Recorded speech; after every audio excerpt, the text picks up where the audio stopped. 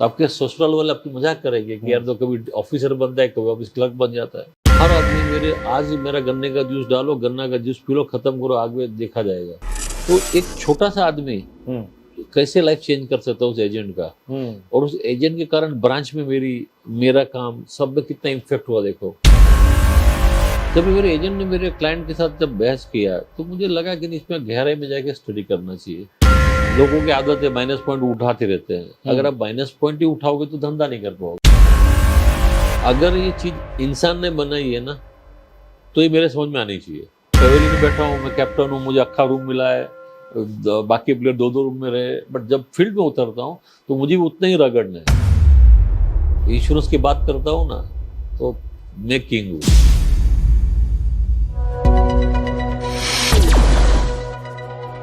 तो दोस्तों, आज के इस वीडियो में मैं आपको एक ऐसे व्यक्ति से मिलाने वाला हूं जिन्होंने as a leadership insurance industry में एक बहुत ही सुंदर मिसाल इंश्योरेंस इंडस्ट्री में काम कर रहे लोगों के लिए क्रिएट कर दी है। इनका नाम मिस्टर हरीश देसाई है। हरीश देसाई जी ने LIC में एज ए डेवलपमेंट ऑफिसर काम किया। अब वो रिटायर हो चुके हैं, लेकिन बहुत ही स्ट्रॉन्ग जो है एज ए डेवलपमेंट ऑफिसर वो लोगों के सामने नजर आए। उन्होंने as a strong development officer काम किया और आज की तारीख में ये एक बहुत ही रिनाउंड ट्रेनर बन चुके हैं। मिलते हैं हरीश देसाई जी से। हरीश जी, मैं आपका BI TV में बहुत बहुत स्वागत करता हूं। Thank you, pleasure is mine also. Harish ji, आपने करीबन 48-40 साल जो इंश्योरेंस इंडस्ट्री में काम किया है। आपका ये जो एक्सपीरियंस रहा है, इस एक्सपीरियंस से हम कुछ सीखना चाहते हैं। बहुत सारे उतार चढ़ाव आए होंगे इस वक्त में, लेकिन उससे पहले मैं आपसे ये जानना चाहता हूँ कि आपने डेवलपमेंट ऑफिसर बनना है, ये निर्णय कैसे लिया और कब लिया, उसके बारे में कुछ बताइए। ये चीज थी कि जब हमारी शादी हुई तो मेरी वाइफ इसके लिए जिम्मेदार है कि मैं डेवलपमेंट ऑफिसर बन गया मैं। अच्छा। क्योंकि जब शादी हुई तब LIC में क्लर्क था। अच्छा। तो एक दिन उसने ऐसे ही पूछ लिया कि आपकी तनख्वाह मेरी तनख्वाह में हमारी जिंदगी कहाँ चलेगी। तो मैं बड़ा बेचैन हो गया कि बात तो इसकी सही है कि भाई इतनी कम तनख्वाह में कैसे जिएगी। तो एक दिन ऐसे ही ब्रांच में चला गया तो किसी ने बोला डेवलपमेंट ऑफिसर की रिक्रूटमेंट हो रही है। हालांकि 3 साल LIC में था, बट डेवलपमेंट ऑफिसर क्या है पता ही नहीं था मुझे। अच्छा। तो मुझे बोला कि वो जो ब्रांच में सबसे कम भीड़ वाली जगह होगी वो डेवलपमेंट ऑफिसर वहाँ बैठते हैं, जाके पूछ लो वो क्या करते हैं। अच्छा। तो देखा तो ब्रांच में बड़ी भगदड़ चली है और वहाँ 15-20 टेबल खाली थे, एक ही आदमी बैठा हुआ था। बोला यार ये काम करने लायक है। बोला उसको जाके पूछा कि भाई डेवलपमेंट ऑफिसर का काम कैसा है। तो बोले मत आना। अच्छा। मतलब क्यों? अरे यार बड़ा डिफिकल्ट काम है। मैं तभी सोच लिया कि जो काम ना बोल रहे हैं उसमें अंदर मजा होगी जरूर उसे। तो मैंने बस DO बन गया। क्योंकि क्या था कि घर की जिम्मेदारी थी, नौकरी तो छोड़ नहीं सकता था, कोई बिजनेस करने के लिए कोई कैपिटल नहीं थी। तो सबसे आसान तरीका यही मिला कि किसी ने बोल दिया कि यहाँ पर नौकरी प्लस कमीशन प्लस इंसेंटिव बहुत कुछ मिलेगी आपको। तो बस चलो यही करना चाहिए। तो बस जुनून से चल गया। क्योंकि मैं LIC स्टाफ पे था तो इंटरव्यू लेने वाले सारे पहचान वाले मैनेजर से एक ने मस्करी किया। बोले हरीश जी, अगर आप कंफर्म नहीं हुए एज ए डेवलपमेंट ऑफिसर तो फिर से असिस्टेंट बनोगे आप। तो आपके ससुराल वाले आपकी मजाक करेंगे कि यार तो कभी ऑफिसर बनता है, कभी ऑफिस क्लर्क बन जाता है। तो मैं सर एक बता दो कि 100% में कंफर्म हो जाऊंगा, और भगवान ना करे मैं कंफर्म नहीं हुआ तो LIC छोड़ दूंगा मैं। अच्छा। रिजाइन कर दूंगा मैं, बट फिर से असिस्टेंट नहीं बनूंगा। तो एकदम शौक खा गया। बोला ऐसा क्यों? ना सर मेरा जिंदगी में एक मकसद है कि अगर आगे बढ़ना है तो जुनून से बढ़ना है। अगर मैं ऑप्शन खुले रखूंगा कि यहाँ ट्राई करूंगा, नहीं हुआ तो फिर से असिस्टेंट में जॉब ले लूंगा, तो मैं सफल होऊंगा ही नहीं सर। तो मेरे फैमिली को, मेरे घर में सबको बोल के रखा है कि भाई मैं DO में सक्सेसफुल नहीं गया तो असिस्टेंट की नौकरी भी छोड़ दूंगा मैं। बस यही रीज़न था कि मेरे में वो जुनून आज भी है कि करना है तो करना है। फिर उसके 4 ऑप्शन लेके चलोगे तो लाइफ में कभी आगे नहीं बढ़ सकती हो। ये मेरी एक चीज़ तो मेरे को समझ में आई हरीश जी कि बिना जुनून के आदमी कामयाब नहीं हो सकता, लेकिन वो जुनून को क्रिएट करने के लिए आपकी वाइफ ने आपको मोटिवेट किया। तो मैं बोल सकता हूँ ये एक और व्यक्ति है जिनकी कामयाबी के पीछे एक स्त्री है। स्त्री का हाथ है। वाइफ ने इसी मजाक में पूछ लिया था तो दिल में लग गया। मतलब बात तो सही है इसकी। तो बस ऐसे ही डीओ बन गए हम, और फिर तो सक्सेस होते गया। जब जब फर्स्ट ईयर में आया तो बड़ा विचित्र पीरियड था, क्योंकि रोज रूटीन 10 to 5:30 काम करना था, घर चले जाओ। और यहाँ तो कोई रूटीन ही नहीं है, कोई पूछने वाला नहीं है। करेक्ट कि करो करो नहीं करो, ऑफिस गए गए नहीं गए। तो स्टार्टिंग के 2 महीने तो बड़ा वो विचित्र था। बट लकीली एक मैनेजर जो टाइम पे थे, हालांकि मैं बोलता हूँ ना, मेंटरशिप बहुत जरूरी होनी चाहिए। उस टाइम के मेरे ब्रांच मैनेजर थे, वो डेवलपमेंट ऑफिस से ही प्रमोट होके गए थे। उन्होंने प्रॉपरली गाइड करना चालू किया कि ये तुम्हारा टाइमिंग जो है ये प्रॉपर नहीं है, ये टाइमिंग पे आना चाहिए, ये टाइमिंग में तुम मार्केटिंग करो, ये टाइमिंग में रिक्रूटमेंट करो।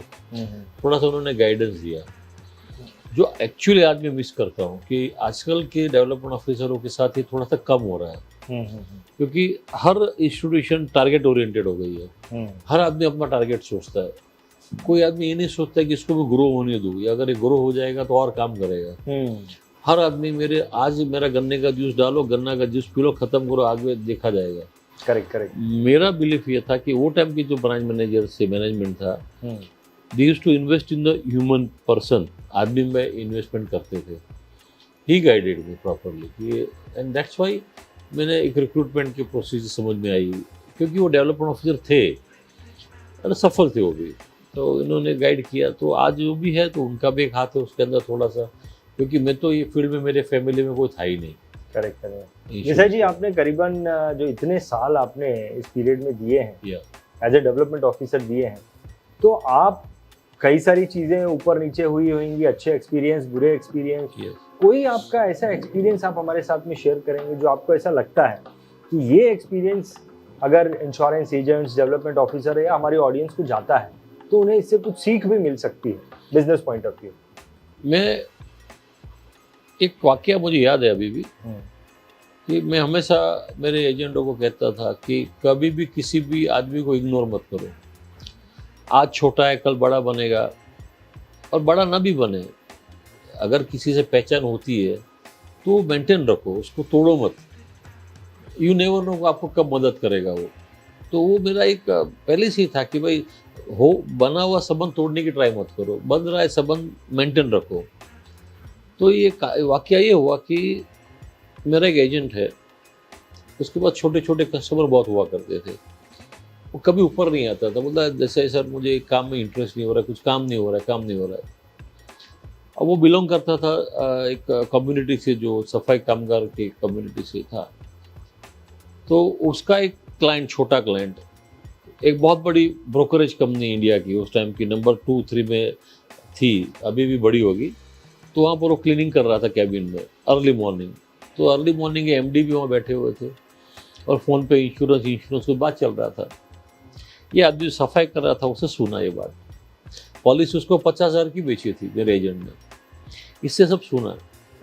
शाम को जब वो गली के नाके मिला तो उसने बोला, देखो सर, मेरी ऑफिस में आज मेरे एमडी इंश्योरेंस की बात कर रहे हैं, बहुत बड़ी बड़ी बात कर रहे हैं, 20 लाख 20-25 लाख प्रीमियम भरने के लिए। तेरा को स्कोप तो ट्राई करना तू।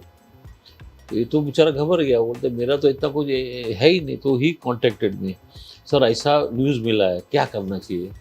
फिर मैंने जो मेरे हिसाब से जो सेटअप करना चाहिए, कंपनी के डायरेक्टर के थ्रू कैसा मिलना है, वो सब करके दिया।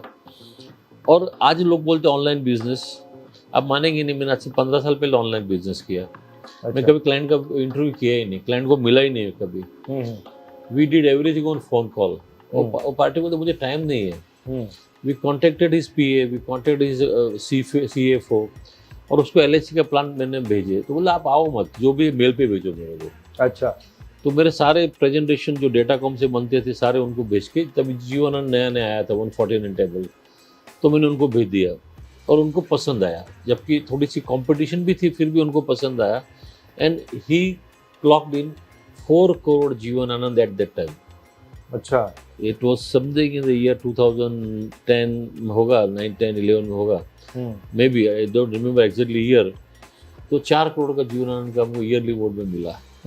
प्रीमियम अराउंड 24 लाख प्रीमियम हुआ।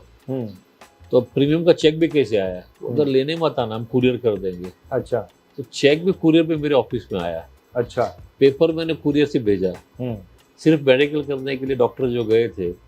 तो एक छोटा सा आदमी कैसे लाइफ चेंज कर सकता हूँ उस एजेंट का, और उस एजेंट के कारण ब्रांच में मेरा काम सब में कितना इम्पैक्ट हुआ देखो। नहीं, you should always invest in human being. मेरा ये कहना क्या है कि वो ये मेरा जीवन का बहुत बड़ा ये है कि भाई एक आदमी ने सुना, मेरे एजेंट को बोला, मेरे एजेंट ने मुझे बोला, और मैंने उसको ठीक से हैंडल किया, and we could log in 4 crore जीवन। बहुत बढ़िया।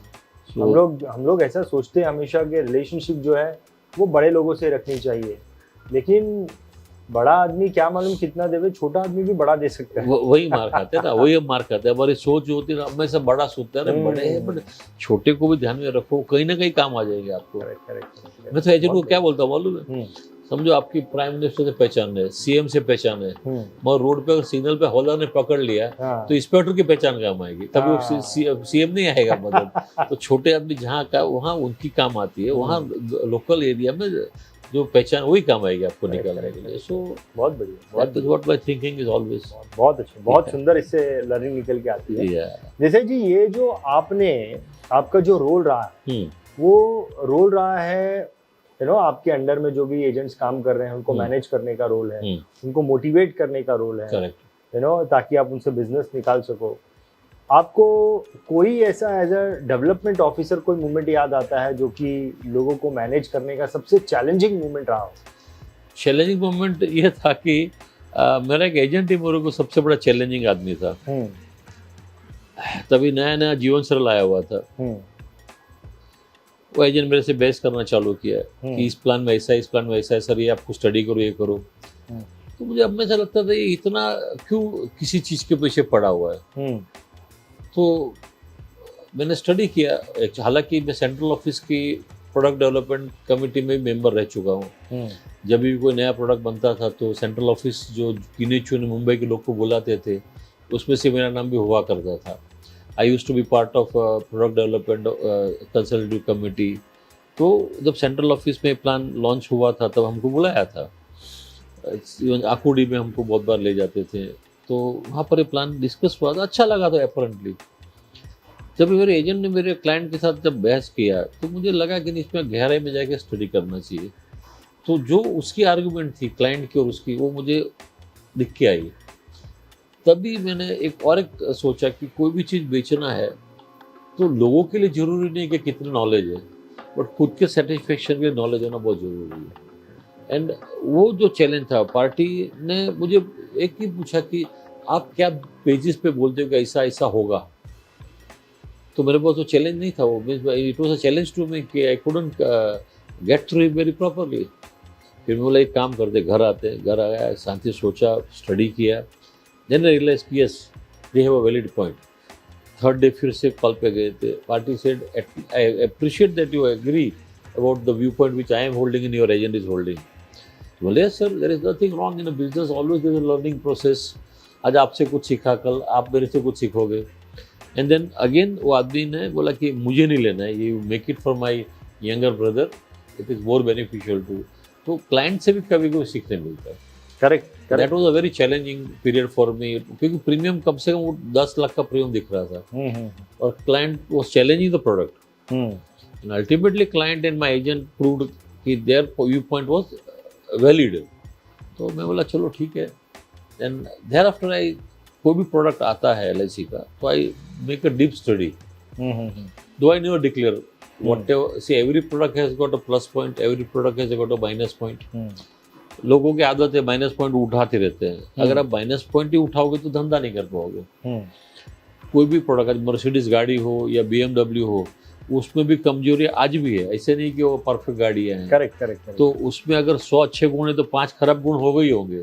करेक्ट। बट वो 5 खराब गुण है करके आप मर्सिडीज नहीं लोगे, ऐसा तो होता नहीं है। करेक्ट। आज रोल्स रॉयस में भी कंप्लेंट नहीं आती, ऐसा नहीं हो सकता। रोल्स रॉयस में भी कंप्लेंट्स आती है। तो कोई भी प्रोडक्ट लाइफ में परफेक्ट नहीं हो सकता। तो आपको उसमें से बेटर वे लेके क्लाइंट की नीड को कौन सा बेटर सूटेबल प्रोडक्ट है वो देख के चलना है। तो तब से मेरे काफ़ी चैलेंजेस कम हो गई। मुझे एक चीज़ तो समझ में आ रही है धीरे धीरे, जैसे जैसे मैं आपसे बात कर रहा हूँ, कि क्यों आप इतने कामयाब डेवलपमेंट ऑफिसर बने।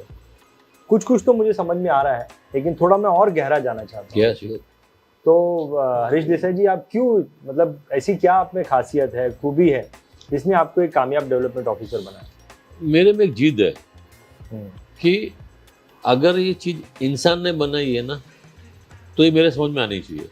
हम्म, अगर वो ऊपर वाले ने बनाई हो तो समझ में नहीं आएगा, समझ में आता है। But if a man has made a thing, then I am also man, I should be able to know it. ठीक है, पूरा नहीं समझूंगा, बट एटलीस्ट 70% 80% समझ में आना चाहिए। करेक्ट। ये मेरे में एक बहुत लगा हुआ है कि भाई किसी ने कुछ बोल दिया, मैं कभी उसको फेस वैल्यू पे चलता नहीं है। I always try to go for documentary evidence about whatever he says, कि वो कहता है। जैसे आजकल टीवी पर नहीं आते वायरल न्यूज़ और फेक न्यूज़ को, मैं ये बरसों से करता हूँ। किसी ने बोल दिया तो मैं मानता नहीं, किसी ने बोल दिया ये ऐसा नहीं। वो प्लान के बारे में, उस एटीट्यूड के बारे में, उसके स्टेटमेंट के बारे में आई गो डीप इनटू इट, क्योंकि और उसी कारण से मेरा नॉलेज लेवल जो है ना बढ़ गया है। आज आप ऐसी 90% चीज़ होगी LIC की जो मुझे आती है।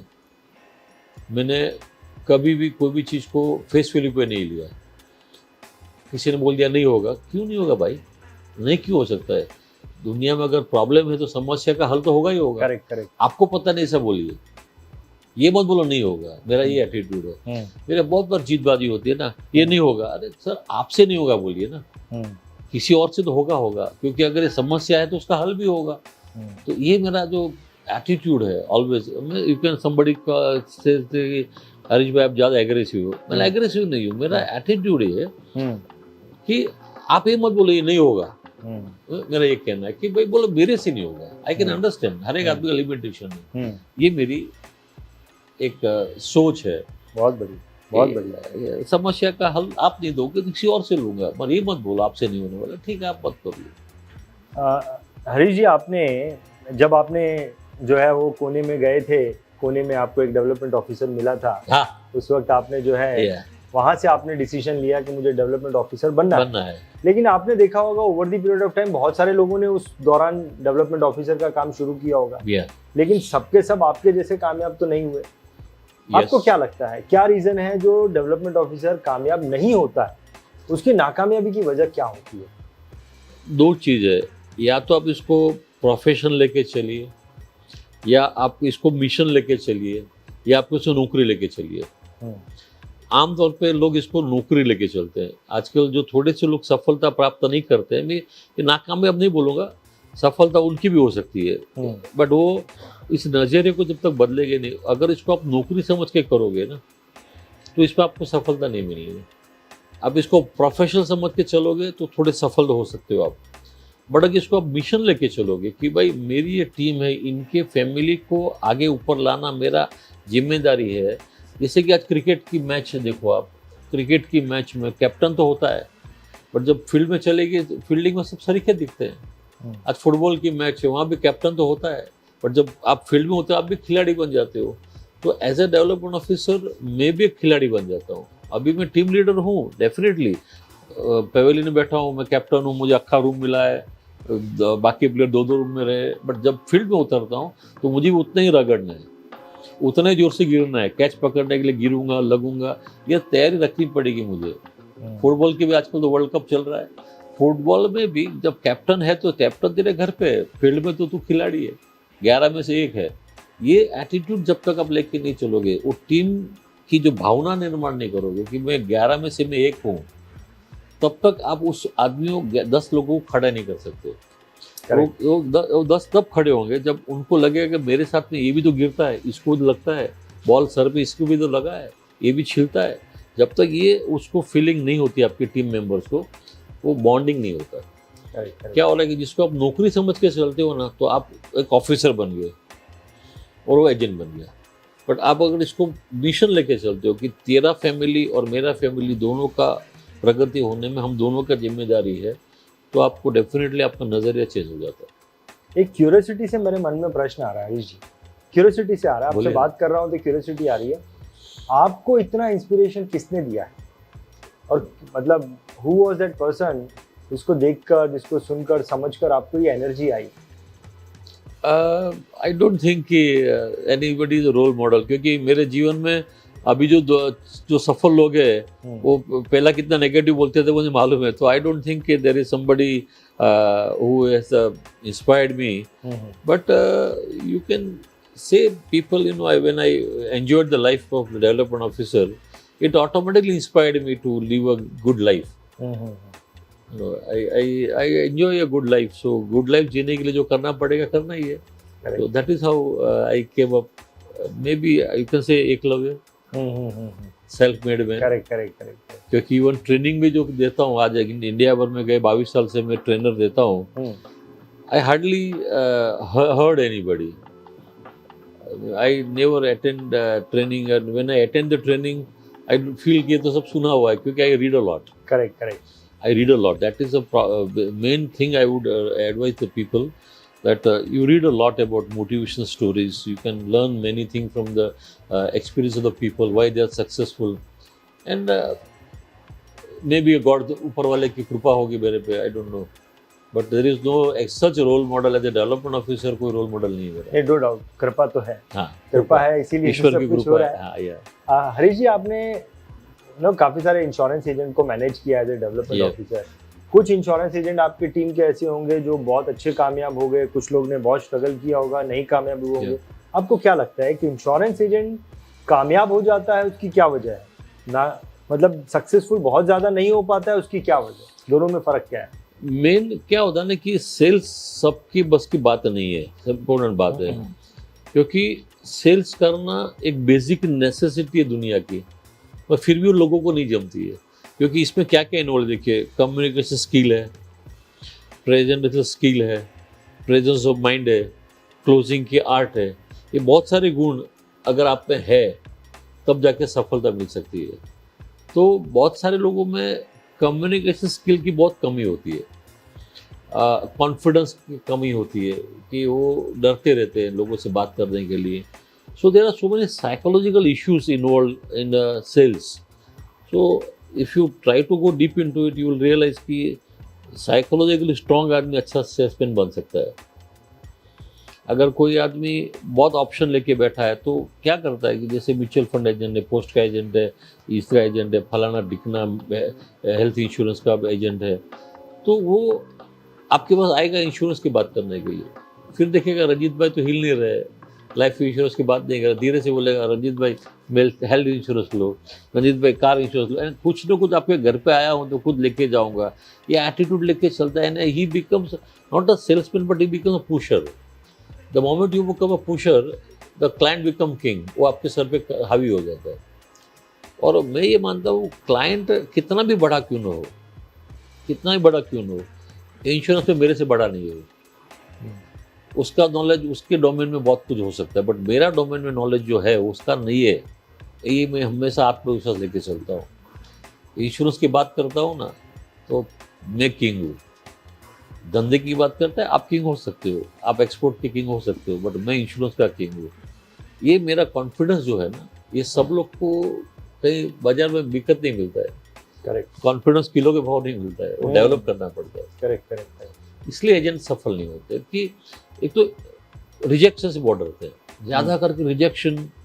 रिजेक्शन तो पार्ट ऑफ सेल्स साइकिल है. आज rejection is a common phenomena. Anything whenever you go to buy, there is always rejection. When you go with your wife to a dinner, menu रखते हैं तो you select only one item, you are selecting 100 items, you are rejecting 100 item out of it. Is it not rejection? और आप एक ही सब्जी मंगा रहे हो ना 40 सब्जियों में से, तो 39 सब्जियों को रिजेक्ट कर रहे हैं आप. तो होटल वाला दुखी हो जाएगा कि अरे साहब ये सब्जी अच्छा है, ये मत खाओ, ये खाओ. ऐसा थोड़ा बोलता है वो. कस्टमर को ठीक लगा उसने खा लिया, नहीं अच्छा लगा नहीं खा लिया. तो उस पर आप लोग क्यों होते हो? मैं हरीश जी आपको एक बात बताना चाहता हूँ. ये आज का जो इंटरव्यू रहा है आपके साथ में, इसमें वैसे तो बहुत सारी चीज़ें निकल के आई, लेकिन एक बहुत यूनिक चीज़ निकल के आई जो आज तक मेरे किसी इंटरव्यू में नहीं हुआ. और वो ये चीज़ है कि आपने ये जो चीज़ बताई है हमारे दर्शकों के लिए भी बहुत इंपॉर्टेंट है कि सेल्स में कामयाब वही हो सकता है जिसकी साइकोलॉजी स्ट्रांग है. ये बहुत बड़ी बात है. तो मैं कितना भी नॉलेज ले लूँ, मेरी साइकोलॉजी अगर वीक है, वो सारा का सारा नॉलेज मेरे किसी काम का नहीं है. And that is the reason बहुत सारी ट्रेनिंग्स लेने के बाद में भी लोग सेल्स में सक्सेस नहीं होते, बिकॉज उनकी साइकोलॉजी वीक है. ये बहुत बड़ी बात है. थैंक यू तो अगर साइकोलॉजी को Yeah. मैं अपना स्ट्रॉन्ग कर लूँ, Yeah. मेरा सबसे पहला Yes, काम yes, वो होना वो चाहिए. होना चाहिए। Is really great. Yeah. So Harish ji, really मुझे लगता है कि ये वीडियो जो है ये बहुत ही यूनिक वीडियो है. Thank इससे you. बहुत सारी चीजें निकल के आई हैं, but this is something unique thing we have got. Yes, thank you. बहुत बहुत धन्यवाद Harish Thank ji, you, thank आपने you, अपना thank समय you. दिया. थैंक यू और, आपने मुझे मौका दिया, मुझे अच्छा लगा कि बहुत जनों के पास पहुंच पाएंगे आपके Correct, वीडियो के जरिए. Yes, yes. ये भी मुझे एक सौभाग्य मिला आपके थ्रू आने का. So wish you all the best Thank you, for your sir. Future career. Thank thank you, you, thank thank you, you. Thank you. दर्शकों को मैं ये बोलना चाहता हूँ, देखिए आज का ये जो वीडियो है वाकई में नो डाउट इसमें बहुत सारी चीजें निकल के आती हैं जो कि कई बार कॉमन भी होती हैं, लेकिन ये जो सेल्स के बारे में आज एक चीज निकल के आई है बहुत यूनिक है. मैं आपसे रिक्वेस्ट करूंगा कि ये जो नॉलेज आपको मिला है इसे अपने तक ही सीमित नहीं रखना. आपके जान पहचान में जितने भी ऐसे लोग जिनके बारे में आप अच्छा सोचते हैं, ना ही सिर्फ जिनके बारे में अच्छा सोचते हैं, हर किसी को इस नॉलेज को आप शेयर कीजिए. डेफिनेटली जो भी इस वीडियो को देखेगा उसको बहुत फायदा होने वाला है. और अगर ये वीडियो आपको अच्छा लगा है तो इस वीडियो को लाइक भी जरूर करना. बहुत बहुत धन्यवाद. BITV चैनल पर आपका स्वागत है. BITV यूट्यूब चैनल पर सब्सक्राइब करिए, बेल आइकन दबाएं.